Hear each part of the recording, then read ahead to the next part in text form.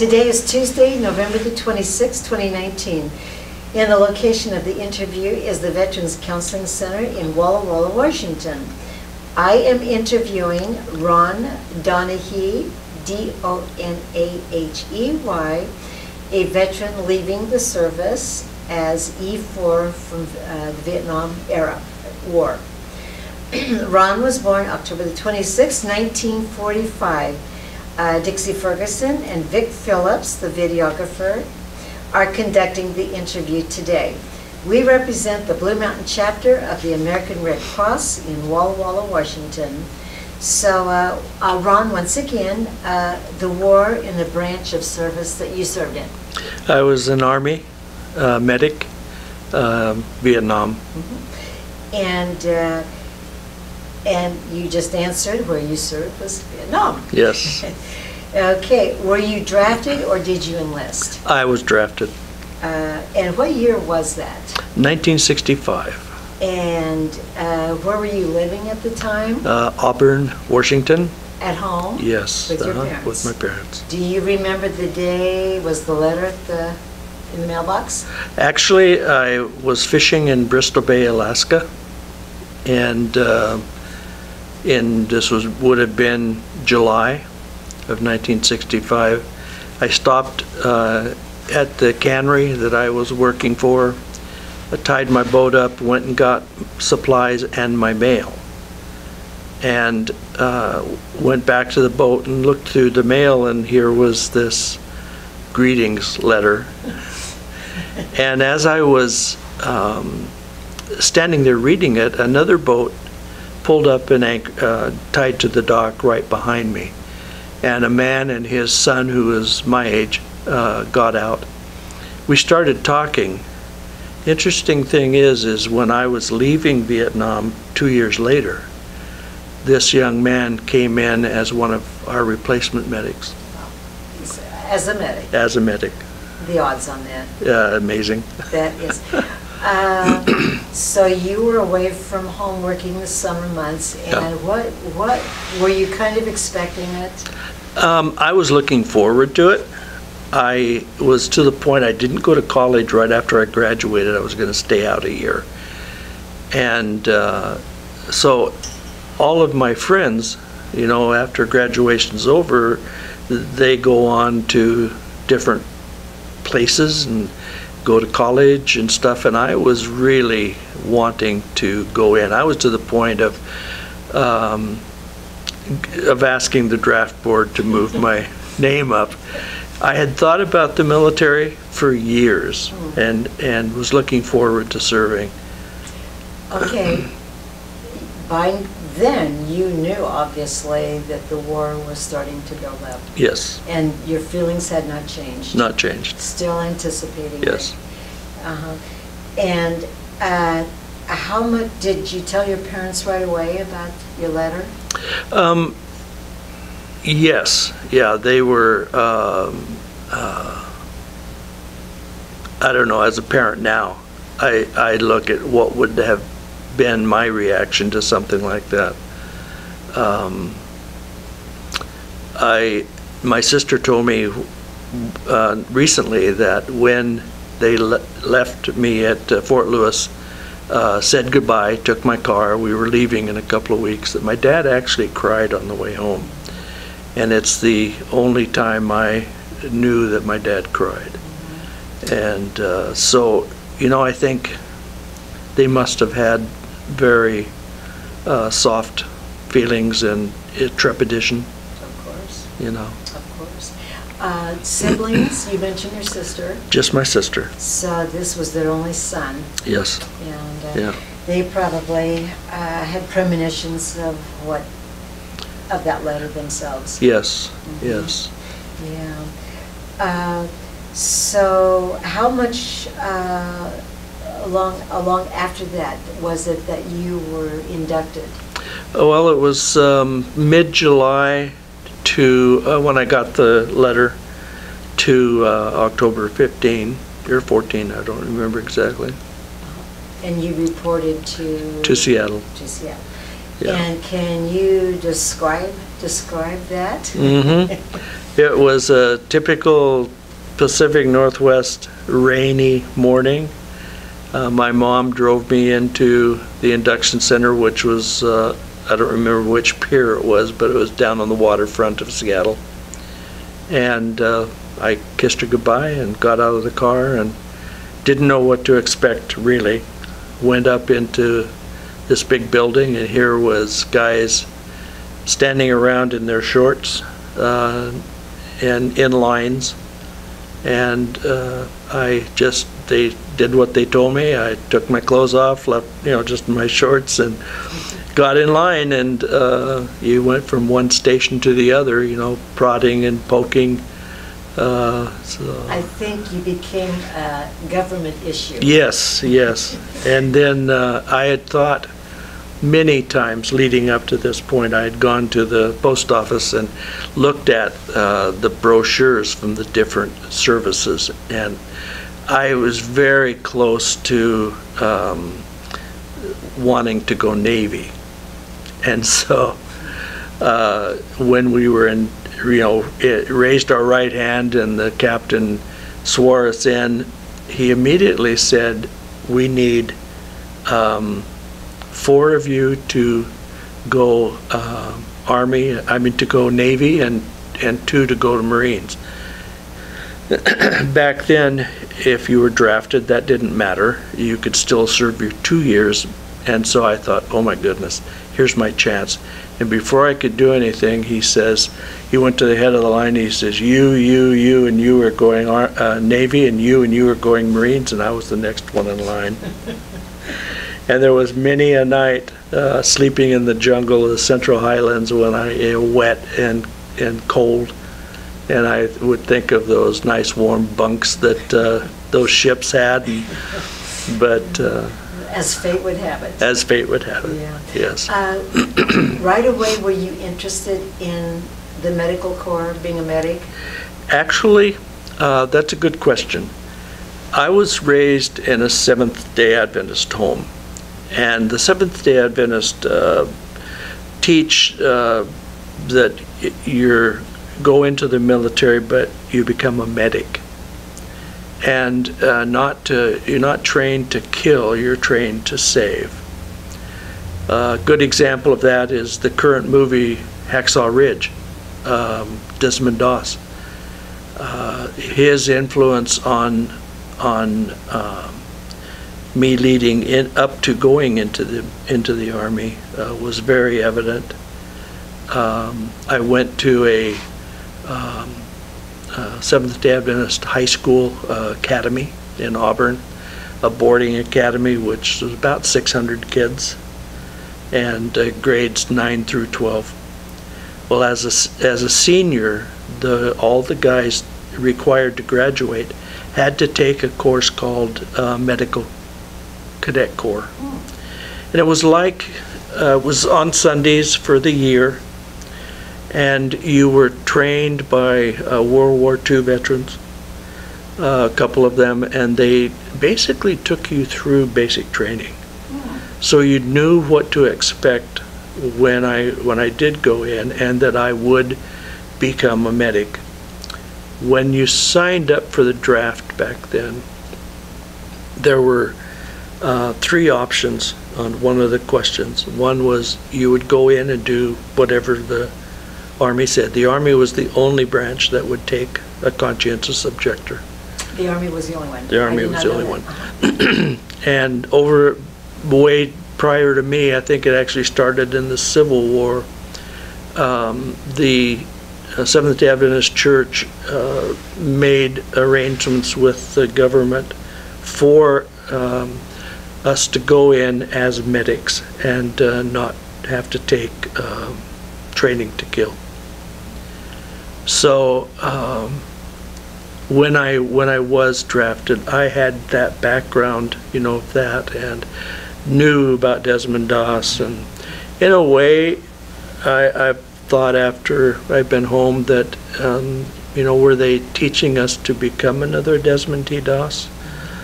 I don't know, but what I did know was that helped me. I bet. So he was probably a bigger-than-life Yes. figure Yeah. amongst the young men in school. Yes, yes. Uh-huh. In fact, I currently have a Facebook Vietnam veterans group that I started, and on mostly medics, in honor of the medic that I dedicated my book to, that died. And would you mention his name? Yes, his name was Alan Gilmore, and he died, I think it's February 27, on, I think it was Hill 782, maybe, something like that. Gave his life protecting another person, and yeah. Yeah, that's a wonderful. But anyway, what I was going to say was that about a month after the group got started, here I get a request to join the group from a Desmond T. Doss Jr. Oh, And I looked at that and I thought, is this real? Or is this somebody who's, just taken that name to try to get, so I did some research and found out that there was a Desmond T. Doss Jr. And I went ahead and accepted him in the group, and it is him. wow. So, wow. What yeah, an honor. it was surprising to me. Oh, my goodness, I should Yeah. say. Social media is powerful. Oh, it is amazing. Yeah, and that's got to be a special club. It has turned out to be a very, very good place for Vietnam veterans to get together, and I'd say maybe only a third are conscientious objectors. The rest are just different military services. And talk about great group therapy. Yes, absolutely. Yeah, amongst your own. Yes, in my background of being a therapist at the VA when I retired, in mental health, that I'm sort of aware of how important those kind of social media is. That's fantastic. Yes. How long was your induction in Seattle? It was one day. Before the day was out, we were flown to Fort Ord, California. And there I spent maybe 6 days processing into the Army. That is, taking those tests that if you were a baker, they would find you not a baker, but you should be a truck driver, things like that. But for me, it was a process of just doing, going through that process, because I already knew where I was going to go, and that would have been Fort Sam Houston in Texas. And so it was. I was there about 6 days, I think. I'm guessing it was helpful to know what's ahead of you Yes. in advance. Yes. Maybe took a little of the stress out of it. Mm-hmm. So you left the beautiful West Coast. Yep. And down to Fort Sam. Yep. And go ahead from Yep. there. It was Saturday morning when I arrived, and fortunately for me, it was towards the end of the summer, so the hot part of the year was over. And when I signed in that morning at Fort Sam, I was the last one to be in Class 6B training, which would start Monday. The person after me had to wait 2 weeks because it took 2 weeks to fill each class. And there was a little over 100 in our training class. 100 for medics. Yes. That's Yeah. a lot. Yeah, it was, and they're not all were conscientious objectors, but the majority was. And we were in basic training for, I think it was like 14 weeks, 16 weeks maybe. And then we took a break for Christmas week, and then when we came back, we started our advanced training, medical training. And they kept us all together.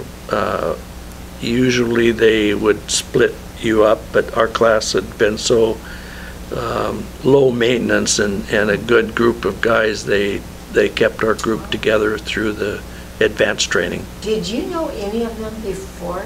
No. None of them? No, none of them, but our church in San Antonio, one of the churches had purchased, it was an old mansion, 3 floors high, winding staircase, luscious wood and everything, but it was a place where, it was right next to the church. It was a place where we could go when we got our passes any time. We could go and sign a number on the line, and that number represented the bed you were going to have. And they would feed us 3 meals a day for the weekend, and that helped a lot. It did. And so there I then started to meet a lot of guys that knew people I knew. They were in an academy like I was at Auburn. They were in Oregon, and so we ended up becoming very good friends. How was advanced training? Can you kind of, was there a typical day? Did you say Adventist? Oh, I'm sorry, advanced training. Oh, advanced training? Yes. Advanced training was, it took in all forms of being a medic, because you didn't know where you were going to be stationed. So it was field training, then there was some period of time where it was hospital training.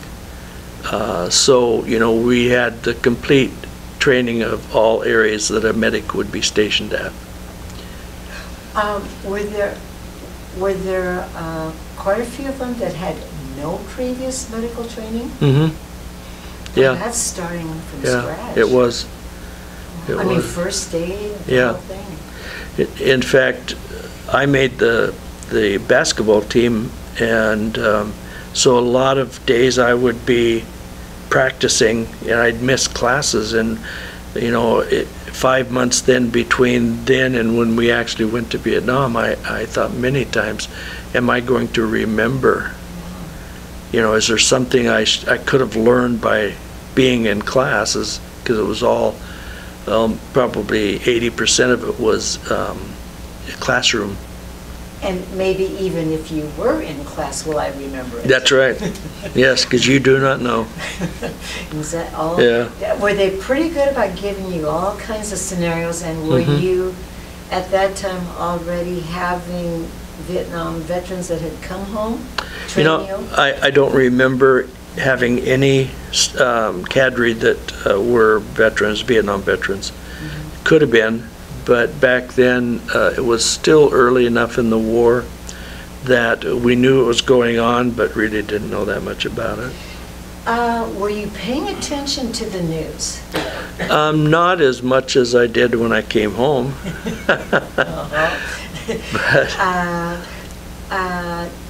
Was it just, you just kind of wanted to put it aside, or there just wasn't that much? Just didn't think about it, you know. Busy in classes. Yeah. Yeah. When you say field training, I'm really curious. Can you give me an example? Are you literally out in a field? Yes, there was a week that we went out and lived in the field, and we did things like compass courses, night compass courses, night escape and evasion, where there would be a group that were out to detect you when you tried to get from point A to point B using a compass without getting caught. And, you know, that was sort of exciting, sort of interesting. But how about literally having the physical strength to carry the wounded back in? Was there training how to carry and bring them back? There was. What I remember most was the guy was put on a stretcher, and you had to learn how to carry him downhill or up steps or something like that. But in Vietnam, we didn't carry stretchers. And so you ended up having to pick the guy up if that was needed. You know, it's just put them in a poncho. Yeah. It just was too difficult, I think, to carry something like that in the jungle. That's true. Yeah. World War II, you see, medics that were carrying stretchers, but it was a different war. Yeah. Now, as a conscientious objector, did you still go through armaments training? No, our basic training was the same length of time as regular basic training, less the time of learning how to use a weapon. Did you ever learn how to use a weapon in training? No. Okay, so that was I knew how to, I was familiar with rifles growing up, and 22s, so I knew how to fire and how to. So Ron, probably a question you've heard a number of times. How were those, the attitudes of a lot of your comrades? Was it overall positive, mixed? Regarding me being a conscious objector? In wartime? In wartime. It ended up being good. And I think what helped that was we all went through 5 months of training at Fort Lewis. When the medics... Fort Lewis or Lewis? Yeah, Fort Lewis in Tacoma. Oh, I'm sorry. Out of medical training, that was my next duty assignment. And we all arrived, a lot of the medics in the 4th Division ended up being conscientious objector medics. And so when we arrived, I'm sure they were a little concerned that here you have a bunch of your medics that aren't going to carry a gun. But we trained, the 4th Division was just beginning their AIT, their Advanced Infantry Training. And so we went through that with them, just acting as their medics.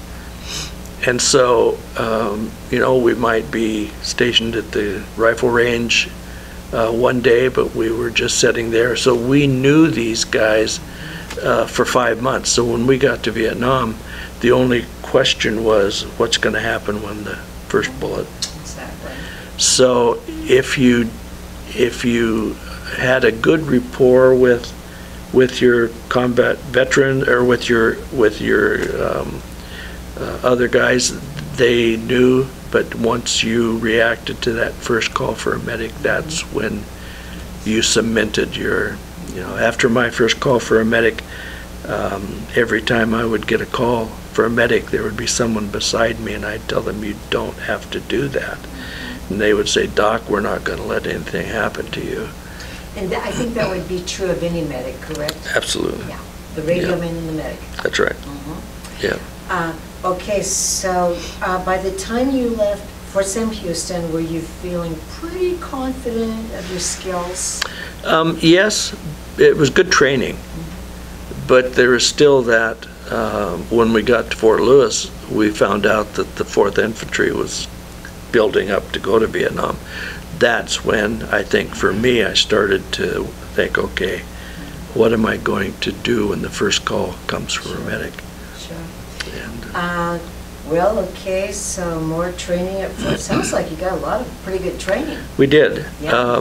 One thing, I think the one thing that I remember most from the training at Fort Lewis was we had 2 weeks that we did out in the field, and I was attached to a reconnaissance platoon, and we had aggressors who were blocking us, trying to get us, and we came to a big field, and across the field was a road and trees.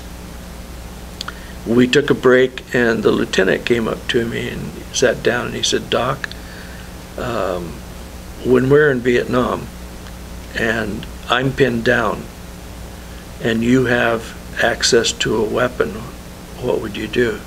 Good question. And I would say, I'd pick that weapon up and fire over their heads so I don't have to go out and get you and you could get back by yourself. And he laughed. And he said, when we get to Vietnam, I want you as my medic. So we got across the field, entered into the trees, and ran into an ambush that was set up for us. I immediately got behind a big tree and here I saw two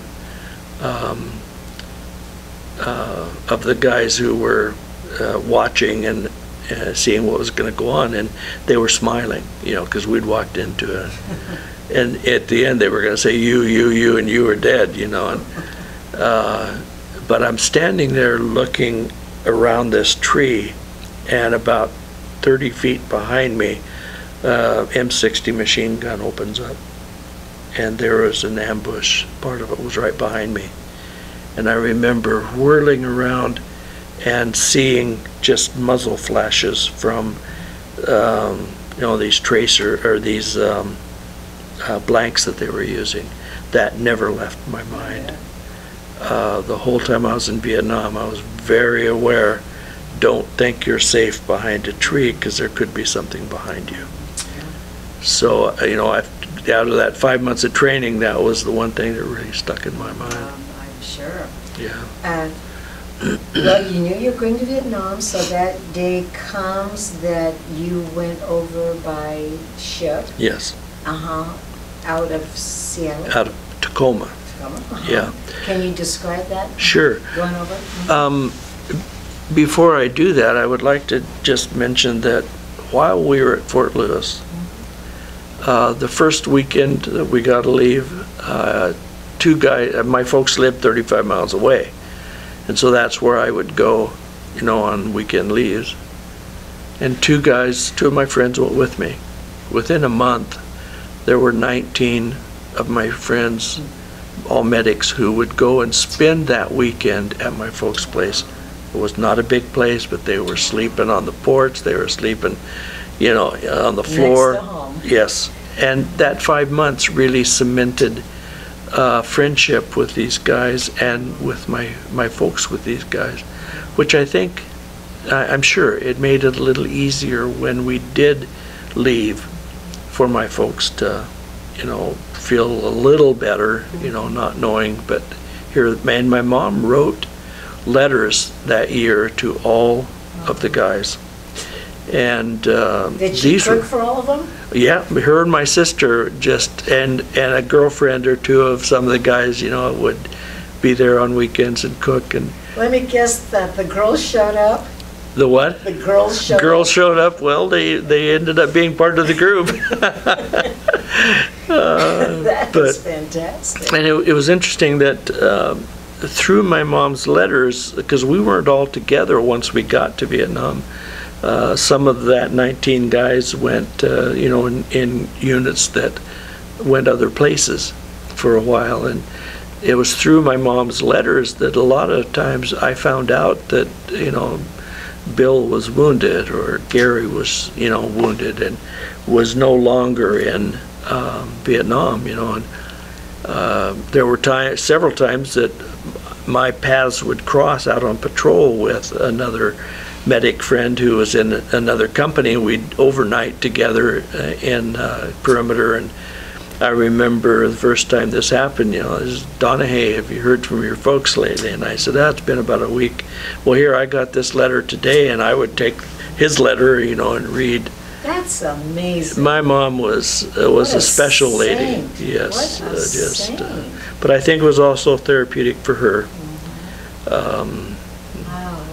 One of the 19 was killed, and that's the Alan Gilmore that I dedicated my book to.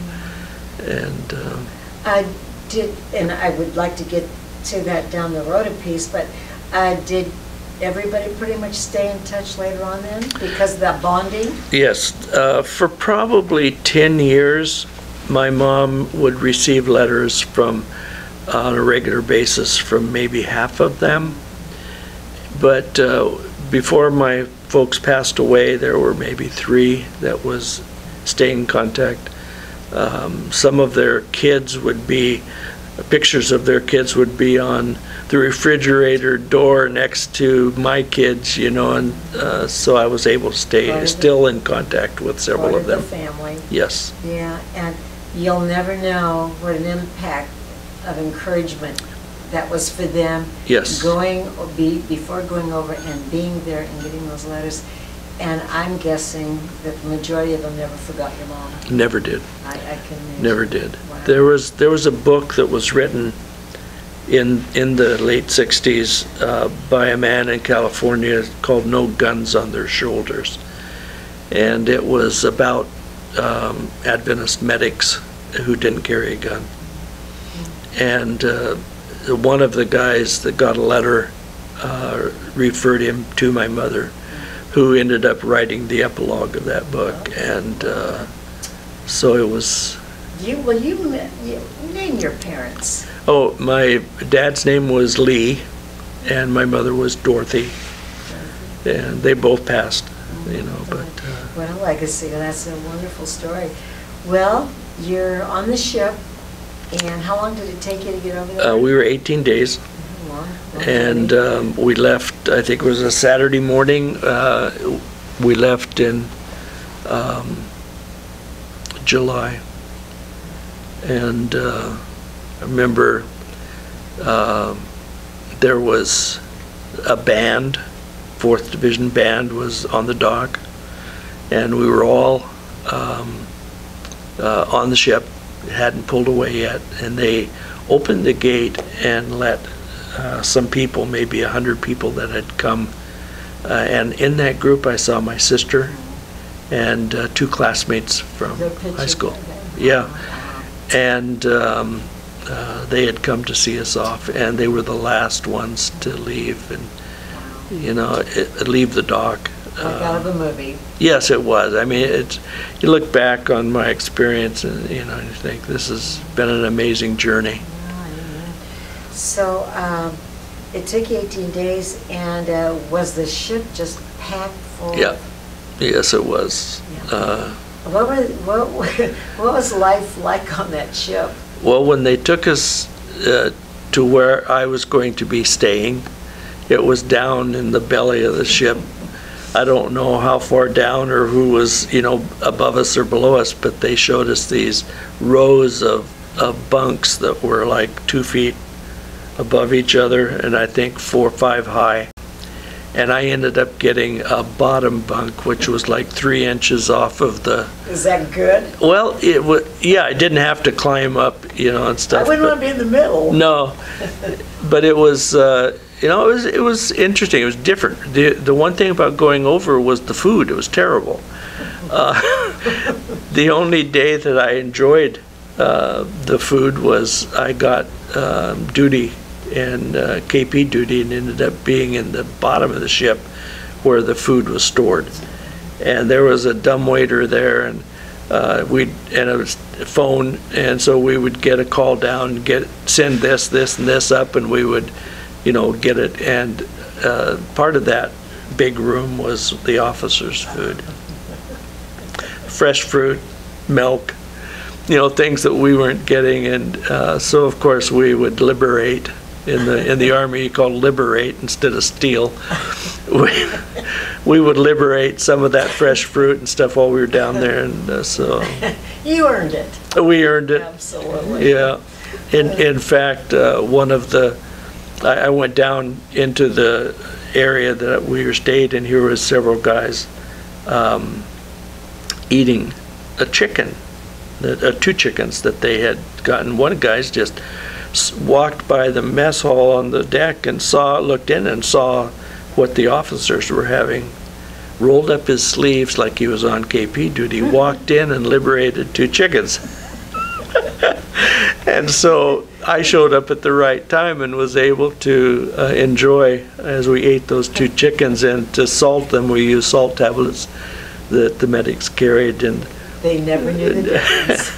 Never. In fact, one of the guys that was part of our little group eating chicken, finally, when we got through, he said, "I'll be right back," and he went up and liberated a case of oranges. Well, so they were a little more brave than I was. Oh boy. Did you sleep okay? Yeah, I did.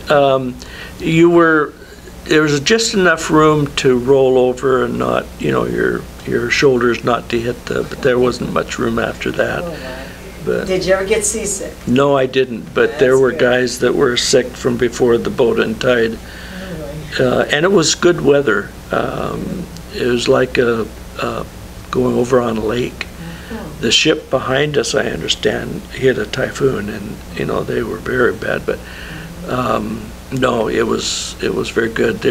When the ship comes in the front, where the ropes go through to tie it to a dock, there was a little saddle you could sit in, so that was a prime place to go. And it was just above the water line where the bow of the ship broke the water. And you could sit there and look over and watch the flying fish. It was just fascinating. You'd see them take off and fly, and we'd see whales and sharks. Sunsets, yes. We were not allowed on deck after sundown, except the last night we were there on ship, and we knew we were going to land the next day. I snuck up on deck and got out and found a shadow to hunker down in, and then I started, when my eyes adjusted, I started seeing others that had done the same thing I did. And I remember looking at the coastline and thinking, seeing what I thought was, like in World War II movies, you see the bombs going, the flash of bombs and stuff, and I remember seeing those and thinking, wow, that's just like World War II. But it was lightning I was seeing. And then the next day we pulled into the harbor at Nhon. Yeah.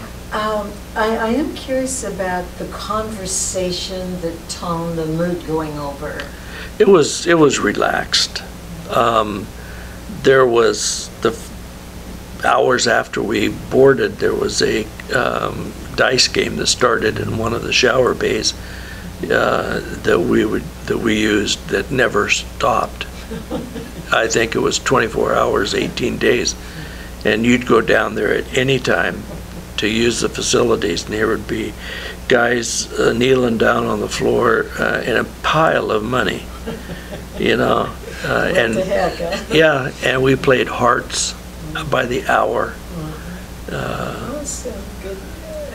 And you'd wait in line, get in line to go to the little PX they had, or to a movie for a couple of hours, be in line and get down to where the PX store was, and they would close it for the day. That happened twice, and I never did go back a third time. or get down to the movie, and it was a movie you didn't care to see, and after 2 hours of waiting. But you just, we enjoyed it. Didn't know what to expect. Yeah. You did enjoy it. Yeah, I mean, we didn't know what to expect, and so, we were all happy that we were on a ship that wasn't making you sick. Kind of like a Viking cruise. Yeah, it was. Yeah. So you got into Nhon. Yes. And did things just start immediately changing, mood, action, yes, everything going on? It did. In fact, back up a little bit before we left Fort Lewis. Probably the last 2 weeks, they let insurance salespeople come to the barracks and set up their little tables, and life insurance policies, and guys were in line waiting to buy life insurance policies, or if you were under an E5 or less, you couldn't drink hard alcohol. So the NCO clubs, it was watered down beer and no hard drink, but that became a real issue. Fights, tension, mounted. But once we got on the ship, then you didn't see any of that. Then about 3 o'clock in the morning of the day we landed, they got us up. We got all of our baggage, our duffel bags and things that we would have, and went up on deck to prepare to get off. We were on deck until early morning. I mean, the sun was up. I remember looking out out of the bay to the ocean and seeing a aircraft carrier and destroyers pass, and thinking again, maybe Navy would have been a better way to go.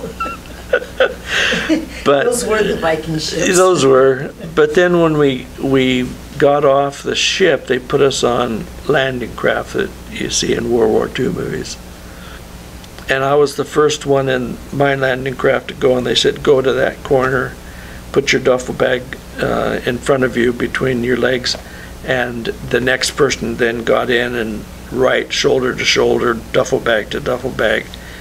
And it took maybe half hour or more to load, but it was just, guys were just crammed in.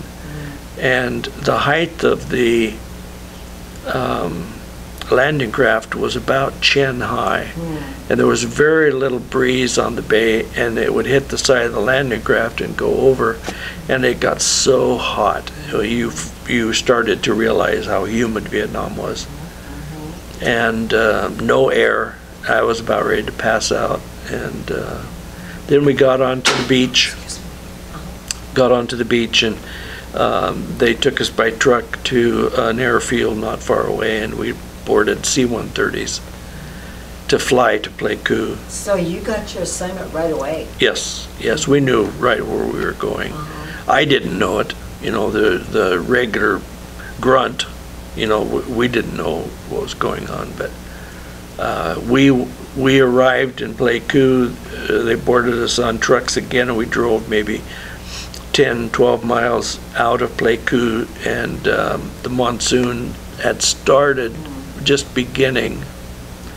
And I remember when we got to the road where we couldn't go anymore because the mud was off. There was a truck that had tipped over, and found out later that a guy was pinned under the truck, and a doctor had crawled under and was trying to do a tracheotomy on him because he was getting where he couldn't breathe, and ended up cutting the wrong way, and the guy bled out. That was, one of our first indications that we're not back at Fort Lewis anymore. So we got off the trucks, and we had to walk into this big plateau. I don't know, several thousand acres, I'm sure, which became Camp Enari, the 4th Division base camp. We were there, first ones in there, except the advanced party that had arrived a little bit early. And the date on that was 67? 66. It's still 66? Yes. Okay. In August of 66. August 66. You were early there. Yeah. And we were in Pup Tents. They did finally get some bigger tents. All of our equipment and stuff was back at Nhon, and so the transportation guys had to bring it overland. So we were in Pup Tents for a while, but not that long. I was only in base camp a couple of weeks before we went out into the field. The pup tent would be 2 men, two men? 2-man pup tents, yeah. Boy, what rugged living. Oh, it was different. Yeah. It was. And you started talking about the monsoon, then it hit. Yeah. That had to be awful being in a pup tent in a monsoon. It was different because we didn't know what to expect. In a pup tent was at Fort Sam Houston, where it was dry and and so we learned when we set up our pup tents, we did what we were taught in basic training. We dug the little ditch with our trenching tools around it in case it did rain. I blew up my air mattress. The guy I shared the pup tent with didn't want to bother to do that. That night it rained, and he was soaking wet the next morning and not in too good a mood, and I had actually floated out of up to my knees.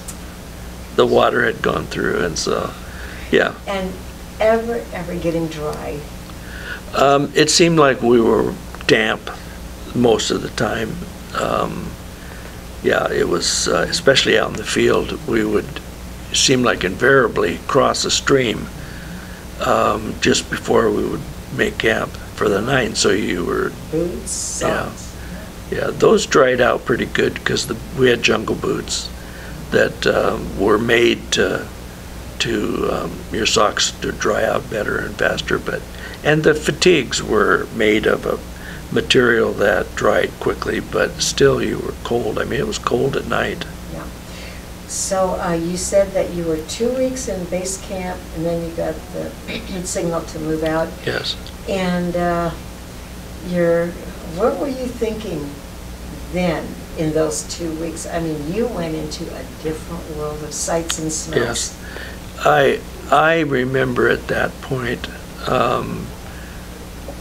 I'm sure it was tension that my body was starting to feel. We were taken to one end of where Camp Enari was built to where the field, and I thought we were going to fly out with Hueys because we'd seen them flying around all the time. But what came to get us was Chinooks. And I remember seeing a Chinook ahead of ours that while we were waiting, taking off, and thinking how graceful that. And 2 propellers. Yes. And a big helicopter, and as it took off, just thinking how graceful that looked. And then getting in, and we were standing, and I was standing by one of the windows.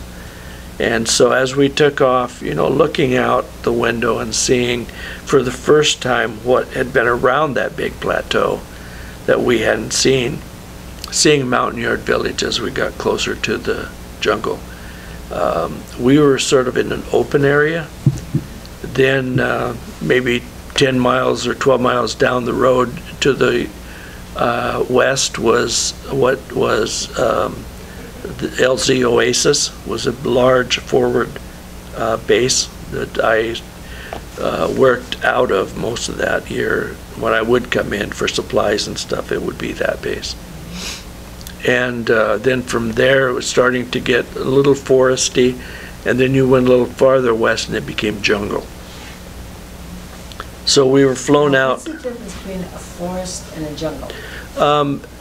Didn't have the double, triple canopy light. It was, you had open areas in the ground where once we got into the jungle, it was thick, beautiful in many ways, but it was thick.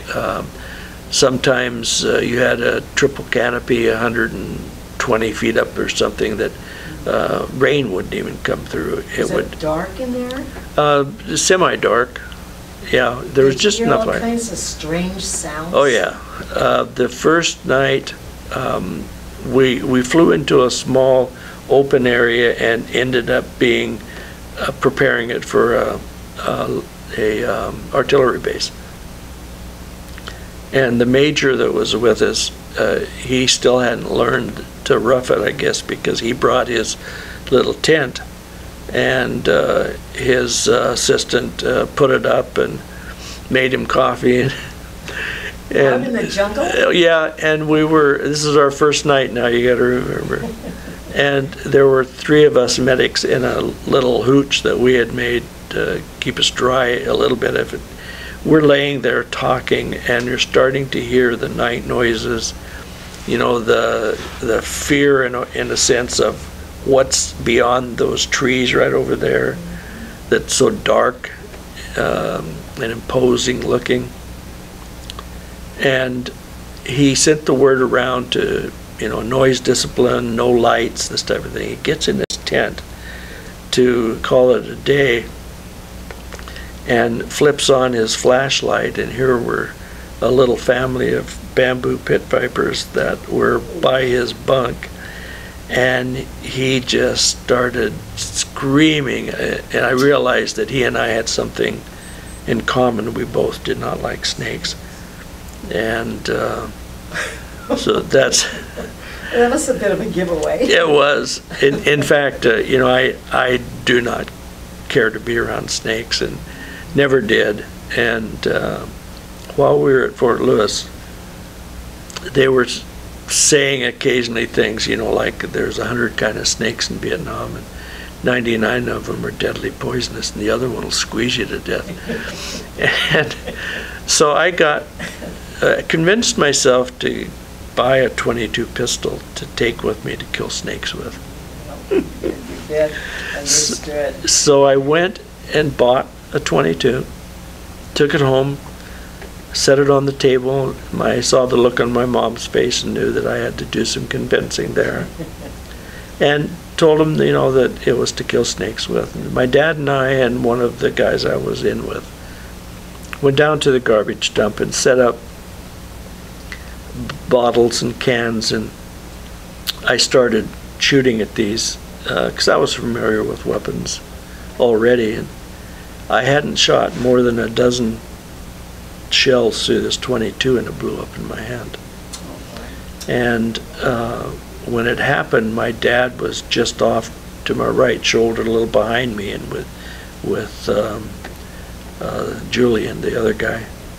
And they had been looking out across the field, and before they could react to turn, my dad saw something hit a fence post. My arm flew back over my shoulder, and when I pulled it back, I was just holding the grip, and the trigger mechanism was laying over my thumb. And I remember looking at my dad and you know, just disbelief, you know, and I said, I don't think God wants me to carry a gun. That prepared me big time to stick with what I was convicted on.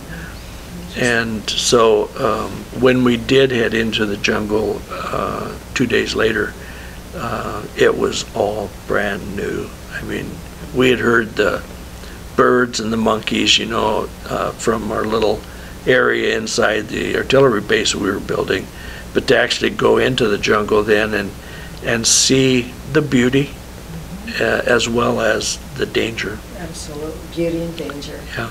Absolutely.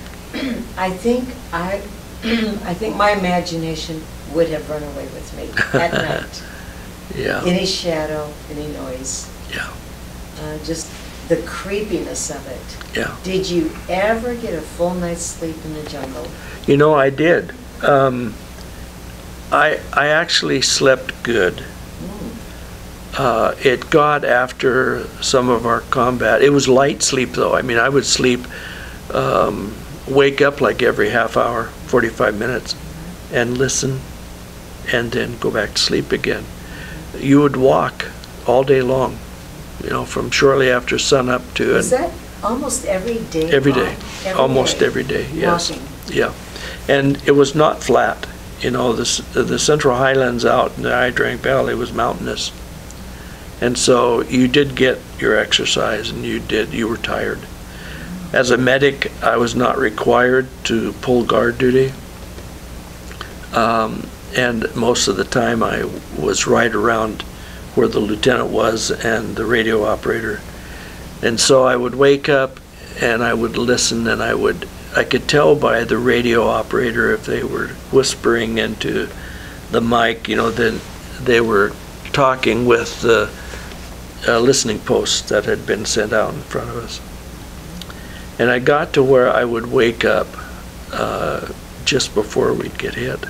Really? Yes, and that has always fascinated me to think. And the only thing I can attribute that to is God. You know, and when I would wake up wide awake, I knew that something was going on. Would you mind sharing when you first got hit, what that first experience was about? Yes, that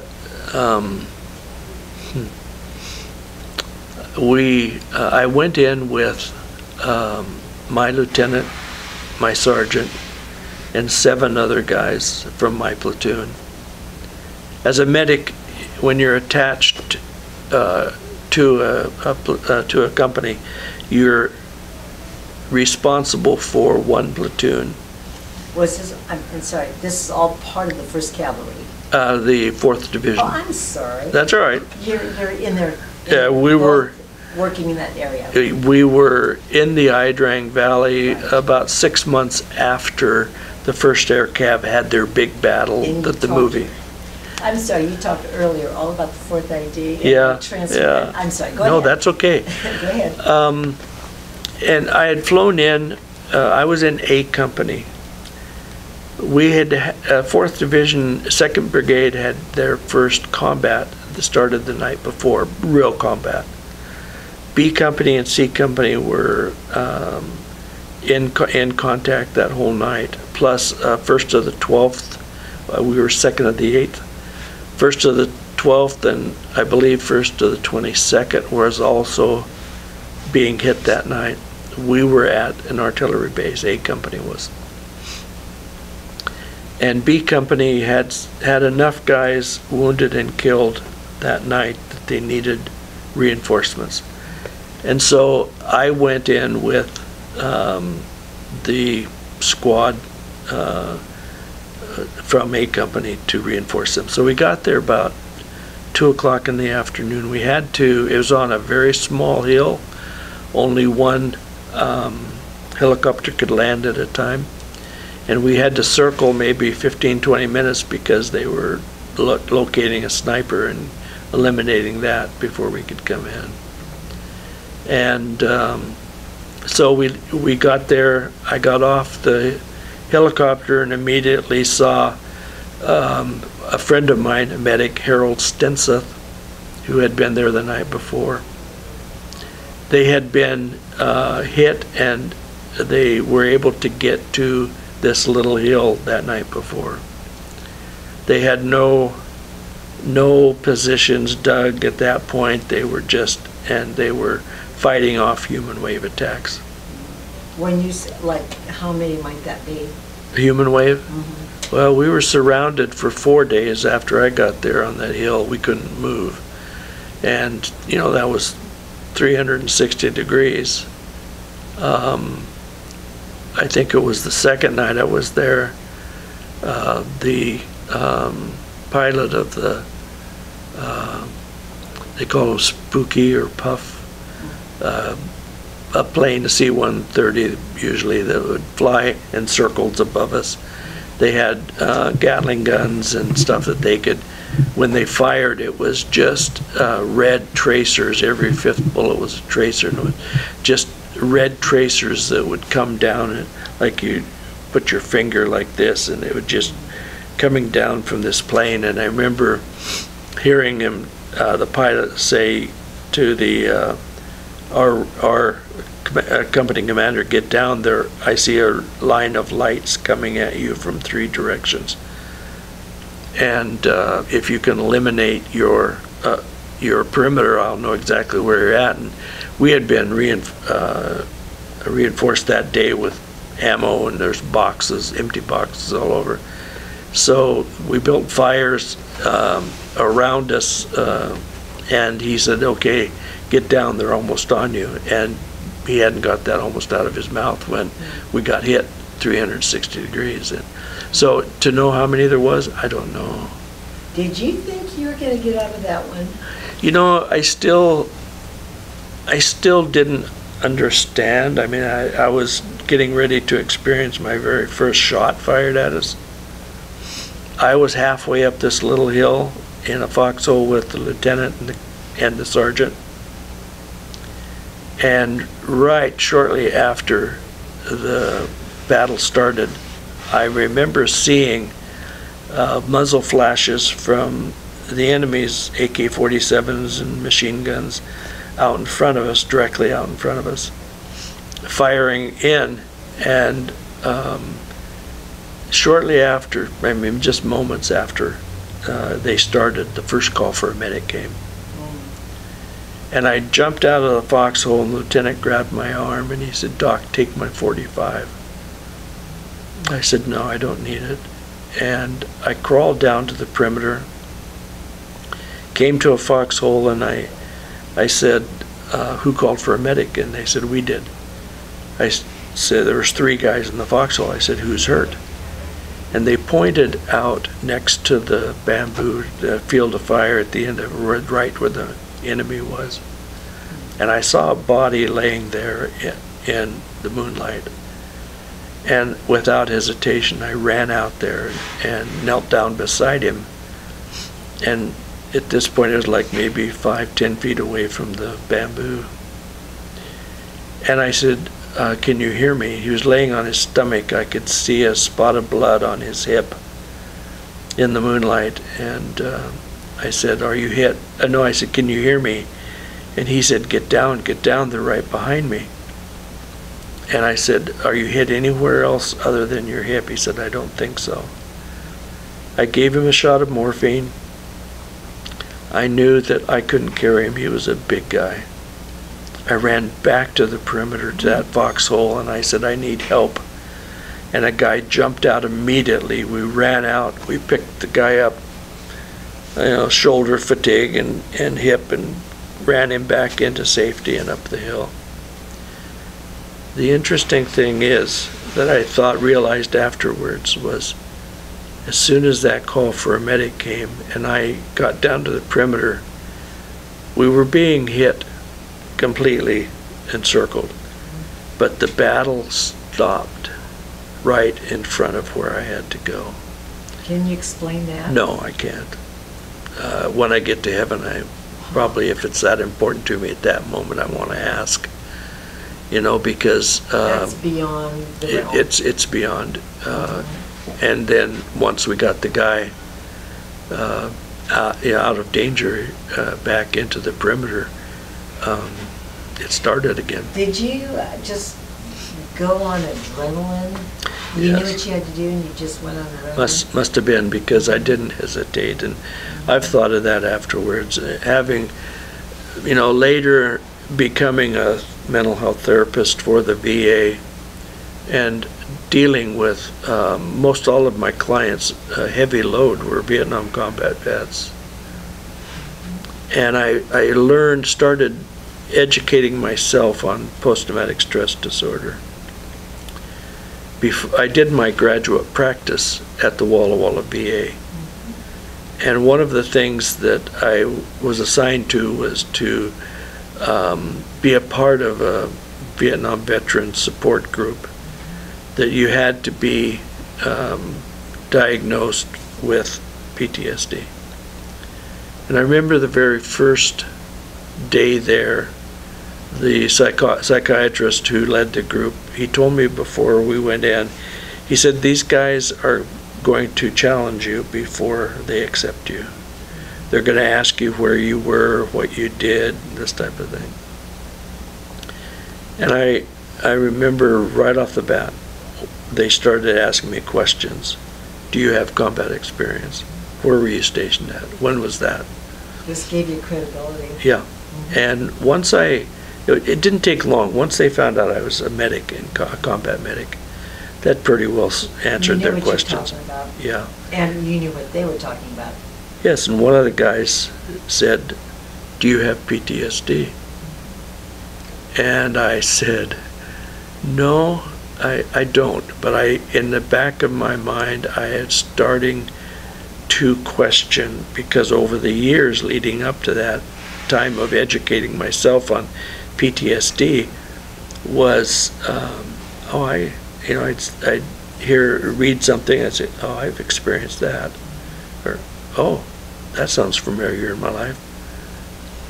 And then becoming a therapist in the VA, and these guys, that were a lot worse than I was.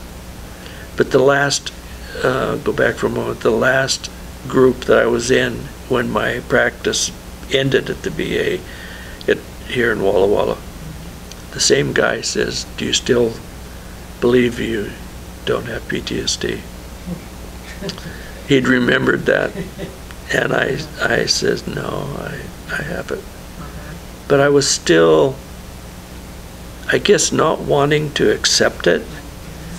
And Did you see it as maybe a sign of weakness? I must have, even though I was so involved with doing the one-on-one therapy, doing a weekly support group for combat veterans, and and there was a psychologist who, her office was right next to mine.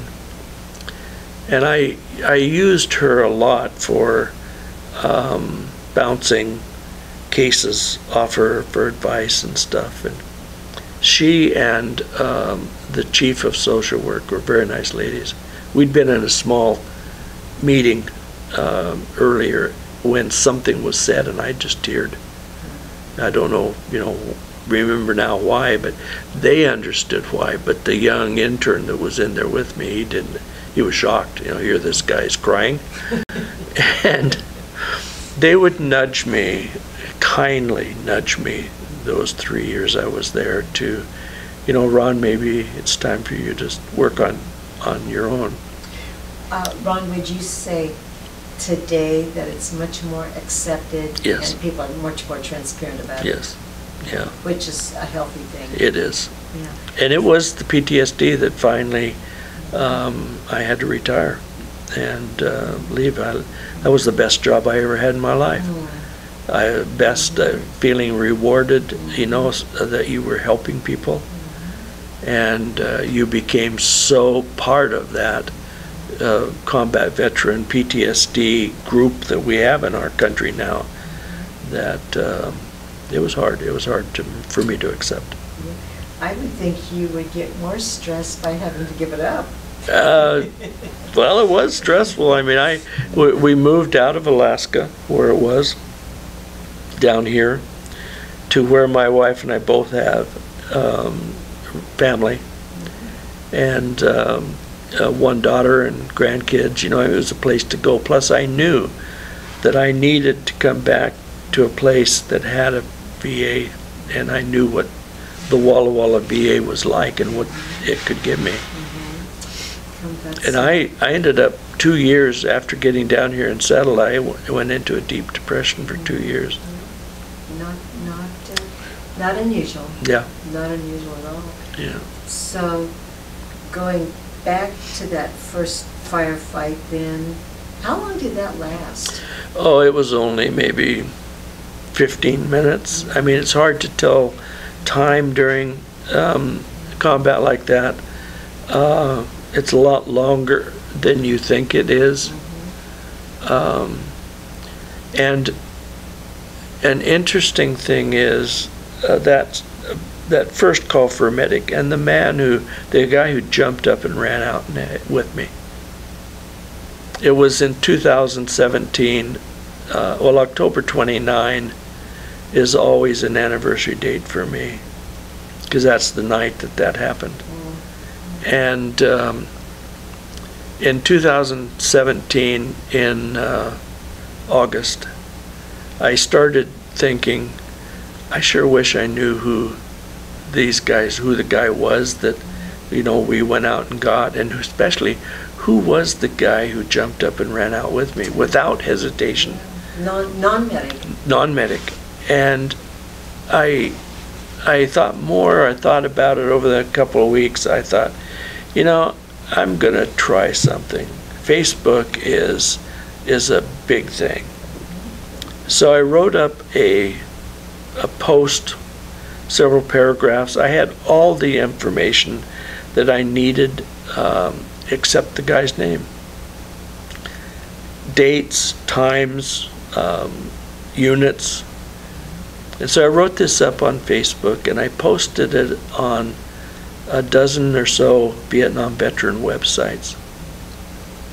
And it started out by something like saying, I know this is a long shot, but I want to try. And I gave then, and at the end, I ended it with, if anyone was on the hill that night, I would love to talk with you. And so that started on October 25th, I think it was, when I posted those. And I found the guy. Through social media? Through Facebook. Wow. And on November 10, I wrote the rest of the story, posted it on those group sites. I got an email from a lady, well, a Facebook message from a lady who said, you need to contact, gave me this name, Preston and Bonnie Leaderbrand, gave me their phone number, because this is the guy I think you're looking for. Still alive. So I contacted by phone. I contacted the people, and his wife answered the phone. Bonnie answered the phone. They live in Indiana.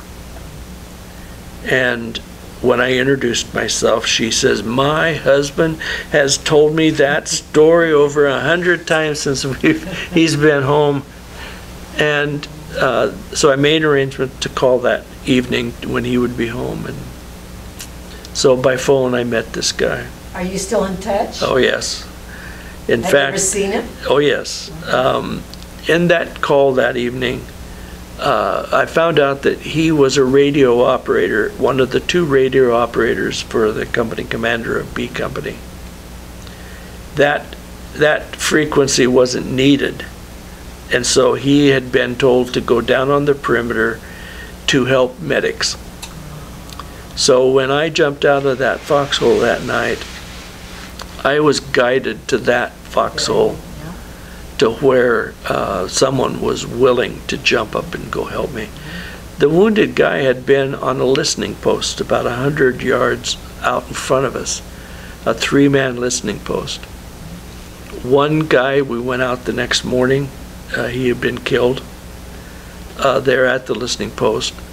Another of the 3 had made it in just ahead of the guy that had gotten shot and hadn't made it. He fell right by the enemy. And so that night I'm talking with Preston, and he asked me, he said, have you ever gone to any of the 4th Division reunions every year? And I said, no. He said, well, one's coming up, the next year is going to be in Green Bay, Wisconsin. And he gave me the website that I could look into it. So a couple days later, my wife and I are talking about this, how amazing it was that, you know, we found this guy. And I said, you know, we haven't had a road trip in years. Why don't we go? So that next year we drove back to Green Bay, Wisconsin, spent 4 days of that week, a week-long thing. I met Preston and his wife and 3 other guys who'd been on the hill that night, but on the backside of the hill from us. What a reunion. Oh, it was fantastic. Was it all upbeat? All upbeat. It was the camaraderie between all of the guys that were there, many of them from B Company. And were they all okay? Oh, almost all of them deal with the same stuff I deal with. In fact, out of that 19 medics that would go home with me at Fort Lewis, and those I've been in contact with, one was dead, one was killed, KIA that night, Alan was. But the others that I have been in contact with either have been diagnosed with Agent Orange caused diabetes, type 2 diabetes, or cancer. The one with cancer has died, which was very sad to me because he was the one I was with the whole 2 years.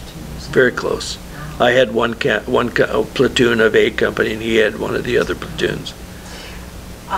You know, Ron, I want to get back to your experiences, but does it seem to you like it's just almost like you fight, you come home, you get bad treatment, and then later in life, then you get another whammy? Yeah. It really seems so unfair. I was shocked when I was diagnosed with diabetes. I found out on my 50th, after my 50th birthday, I went and had a good physical. Wanted to make sure my cholesterol was under control, my blood pressure was under control, and little did I know that I was going to be diagnosed with type 2 diabetes.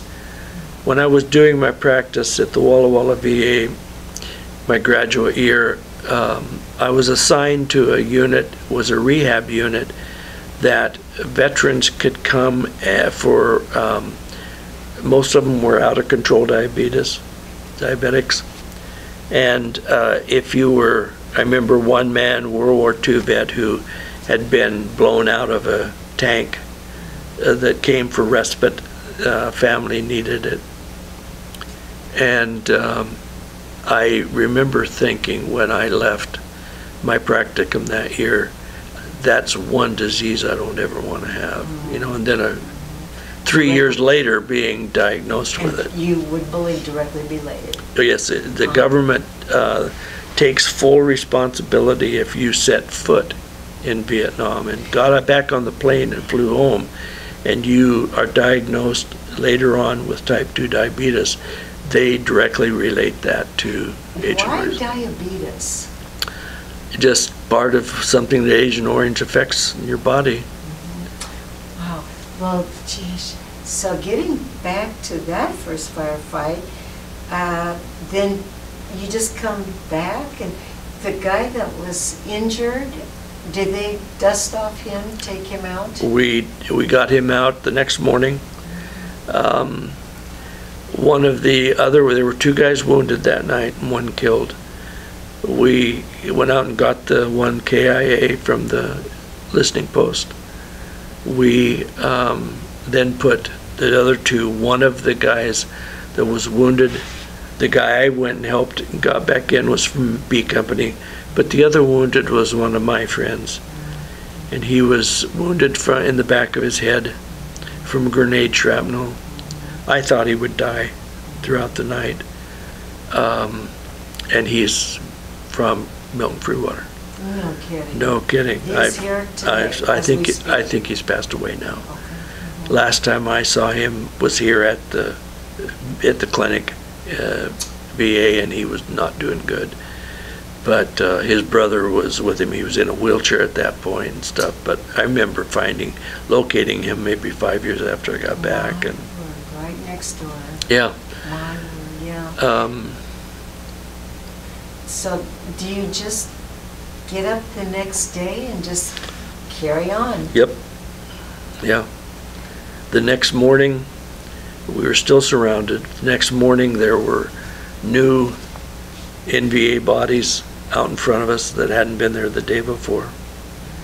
The smell was just, there's no way to describe the smell of rotting bodies. What, do they dig mass graves? Where we were at, the best we could do was they flew out lye, probably something that we could sprinkle over them, and there just wasn't much we could do about it. And you came face to face with them? Yeah. The dead bodies? In fact, the next morning was the first time I saw a dead NVA. I remember going out into the field of fire and kneeling down beside this dead NVA. How quickly combat can change you. I didn't even look at him as a human being that had been just hours before. Kneeling down beside him and looking through his pack. Now here's a young man who is no older than I was probably.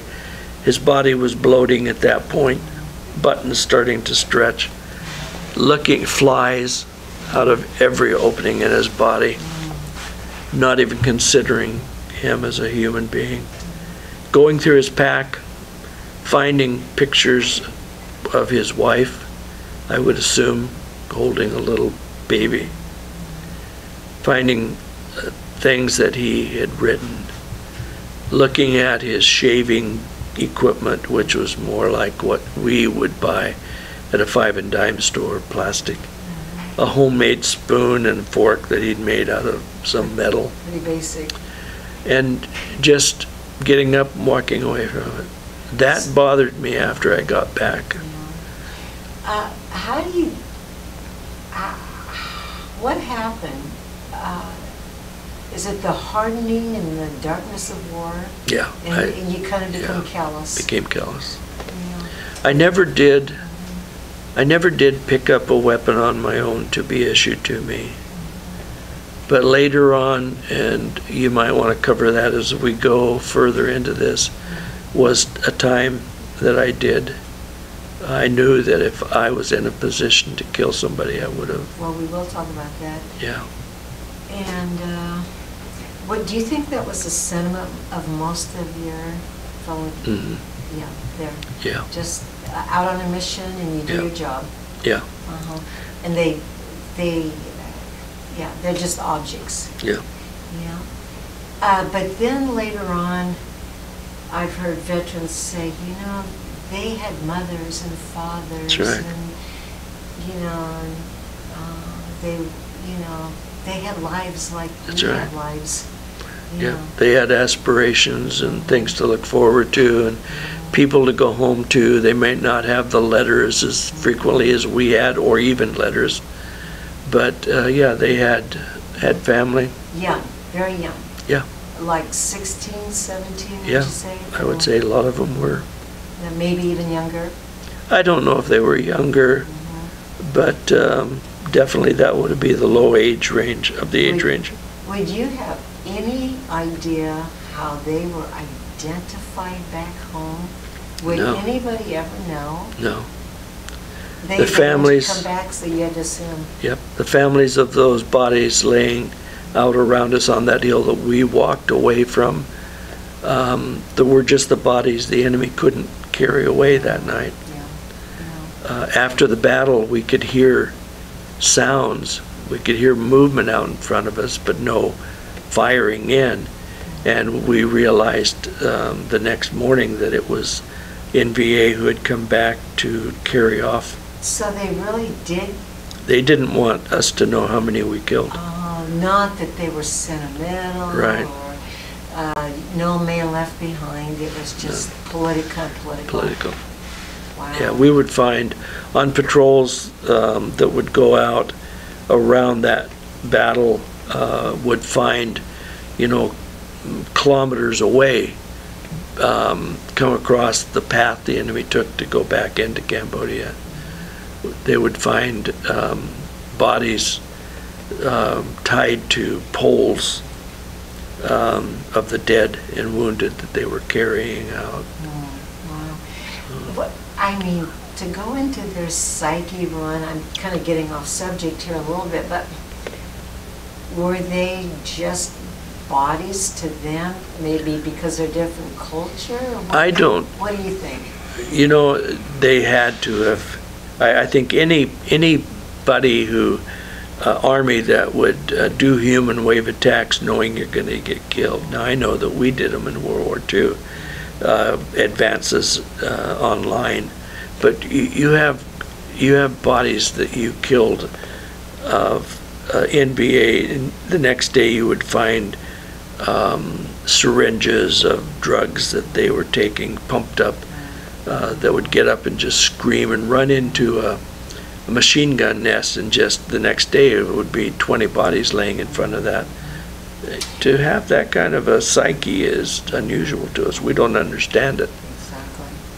Yeah, well, something. Well, so what was the mission of the company platoon that you were with? Search and destroy? Search and destroy. Was what is, how close were you to the Cambodia border? There were several times that I think we were over, had gone into it. Like, Didn't matter. if you had a river along the border and you crossed over to the other side, you weren't too far past that river that you were probably in Cambodia. And that happened 2 times. So you're on, going out again, and then you have, obviously, you're going to have another fight. If you ran into them, you would. And soon afterward? Well, it was probably a couple of weeks before the next shot was fired at us, if I remember correctly.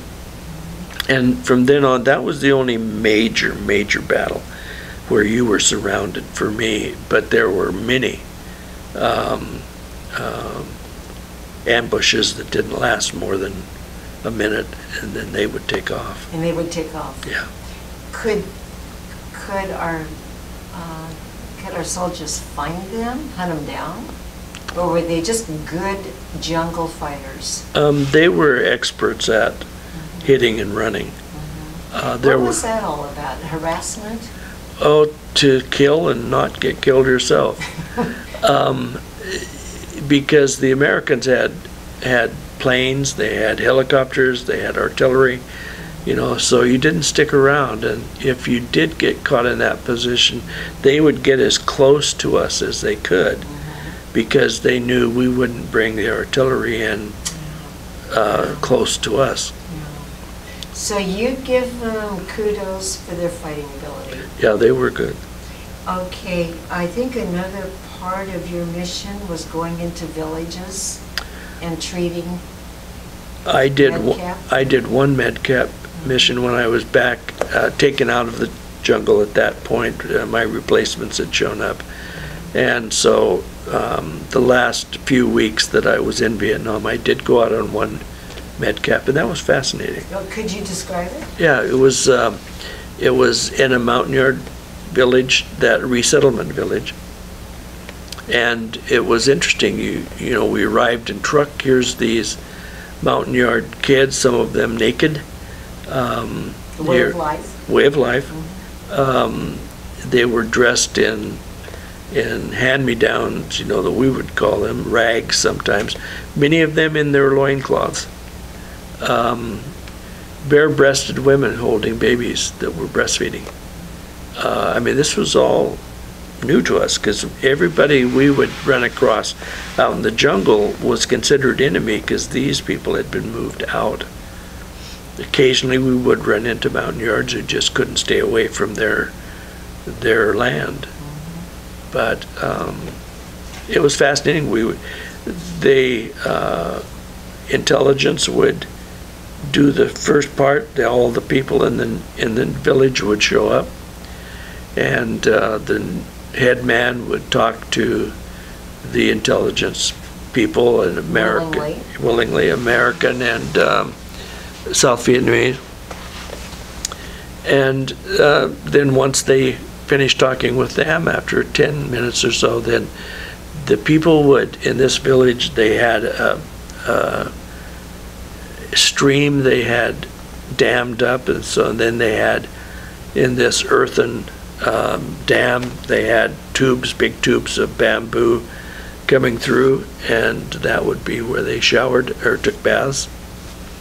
And they would all get cleaned before they would come to the boxies, the medics, doctors. There were two of us, and we set up a little aid station on the bed of our little truck we had, and they would come get in line. And right off the bat, one old man came to us and said that he had a sore throat. He knew exactly what he wanted, Seprecol throat lozenges. And that was probably the biggest thing we gave away, because they considered it candy, I guess. But all ages. Yeah, all ages. But there were some that was serious medical issues that we treated. And so maybe you were kind of like the great white doctor. Oh, and I'm noticing we probably have about 10 minutes. The time has really gone away here. I know they have a meeting at 3. So a lot of your not incidents, but they were ambushes and treating. Were there always 3 medics with you? Every platoon had a medic. And so there was headquarters had a medic. That was the senior aid man. Then the 3 platoons. So there were 5 of us medics with the company. And Ron, obviously I could go an hour more here. Yeah. This is so interesting. So fast forwarding here, you're getting down to going home time, the last 30 days. Yes. And you did mention 2 R&Rs real quickly. You went to... I ended up with my first R&R. I spent 5 days in Hong Kong. Then just before, a week or so before I was to come home, I ended up being with one other guy in the aid station, and the first sergeant stuck his head in the tent door and he said, "Do you guys want to go on an R&R before you go home?" And we said, "Where?" And he said, "Taipei." And we said, "Yes, we'll go." And we just lucked out. So we spent, we had to leave that afternoon. Oh, wow. I mean, it was quick. They had allegations if they didn't lose them, they were going to use them, they were going to lose them. You had your bags packed. And so we spent 5 days in Taipei as well. Then came back and then processed out. Came back, and within 2 days, I think it was, we were on our way home. I'd like to ask that freedom flight going home. Do you have any memories of that? Well, I missed my freedom flight. I ended up having to take a C-141 back, which is a military transport, big plane. And we flew out of Pleiku to Nhon, refueled, flew to... Where it started. Yeah, flew back to Yokota Air Base in Japan. As we were flying in, landing, something went wrong with that plane, hydraulics, and so we ended up having to spend a night in a hangar, got on another one that they refitted from cargo to humans, and then flew from there over Alaska and then down into the air base in Tacoma. Was your family there waiting for you? They were, Thrilled to death. yes, and so I ended up flying into an air base, so I didn't have to go through the crowd that would spit at you and call you names, but I did see it on TV. And you had heard about this? Oh, yes. Yeah. And so, yes, my mom and dad and my sister were there, and my car was there. All right. And I killed the motor 4 times getting out of the parking lot. I hadn't driven a car in, a year. Well, it hadn't been driven. Well, my sister had driven it. Yes. Yeah, she had gotten my car. So then, I'm so sorry, I have to rush along. You got out of the service then? Yes. And then what was it? Obviously, there was a woman along the line here. Yeah, there was. I ended up marrying the sister of one of my friends. All right. They were from California, and so I moved to California, Southern California, for 4 months before I got married, and then right after that, I got asked to if I would be interested in going back to Renton, to where a new branch they were putting plumbing company I was working for, and so we ended up moving back to, I do want to ask you toward the end of this, and there's so many more questions, but going back, reflecting, how would you say your Vietnam experience affected your life? Looking back over that post-Vietnam time and learning so much about mental health, I see where I started to have problems a few months after I got back, but didn't know what they were. Easy now to look back into it and see that it was the PTSD that I was beginning to deal with. Would you say it was that constant hypervigilance? What I have learned about the brain is post-traumatic stress is caused by prolonged stress. And the chemicals in your brain that cause post-traumatic stress is caused by the hypervigilance that you had. You might not have been in combat only in a whole year you would consider hours or a couple of days, but your brain is being flooded by what is going to happen thoughts that you're unaware of. That's a good definition. And the chemicals in your brain are affected in such a way that they're not going to go back to what they were. Never. And so what you end up dealing with, where my post-traumatic stress caused the 2 years of depression, caused things that I deal with, may cause in someone else something totally different. Guys who were so affected that when they would come into session with me, they would have panic attacks. I don't recall ever having a panic attack, but some would. Different temperaments. Different yeah, what was your life like before you went to war? Some who came from such a dysfunctional family that came from violence in the family, you know, or stuff, had the beginning of this before they ever got to Vietnam. Sure. You mentioned you had kind of little mini reunions then later on, staying connected with some of your buddies. Yes, staying connected through my mom with the guys that medics that I was with was just, has been a phenomenal. Great story. You know, and I mention in my book the. I want you to hold your book. Oh. By the way, for the camera. Put it in front of you. In the process of trying to find Preston, and I came across my publisher. I wrote this book 28 years ago, 29 now, as more of a therapy for myself. I took the letters, my folks had kept all of my letters. I took letters that some of the guys who I mentioned in the book had written to my folks, articles they had sent. I put them in date order. I was taking a class called Counseling Techniques, and one of the techniques was journaling.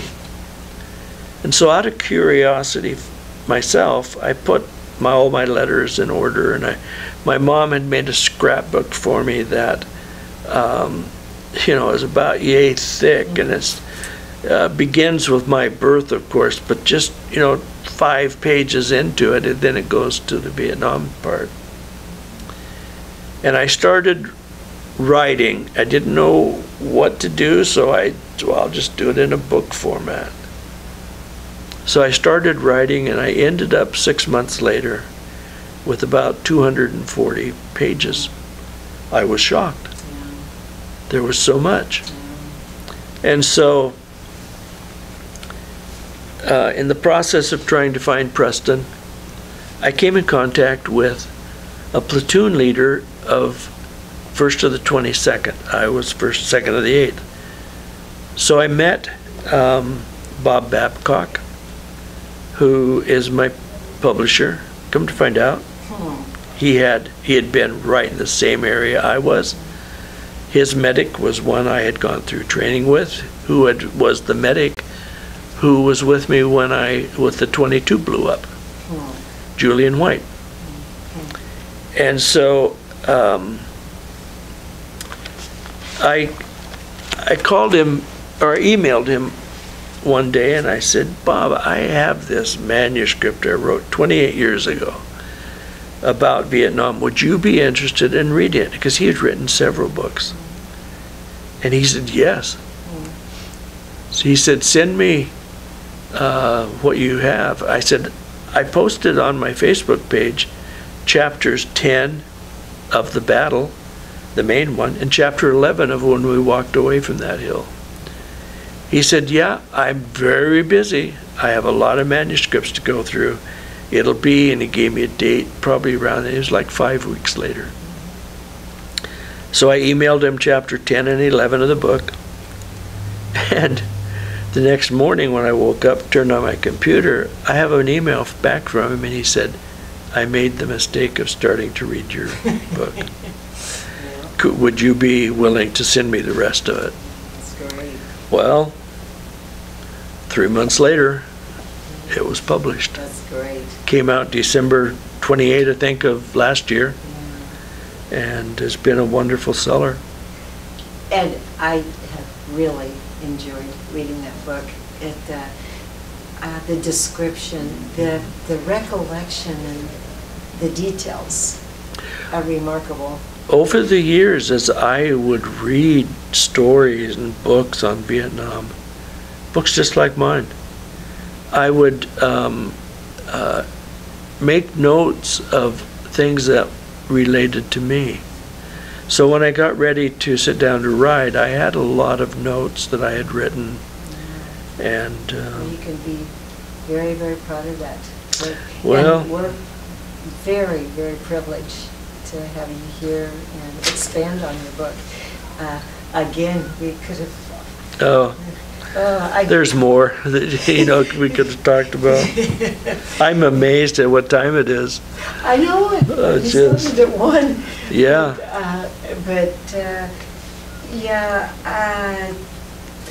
Is there anything else that I may have, I know there is, but anything else at the end here you would like to add before I have to wrap it up? Of course, it's those we left behind. Amen.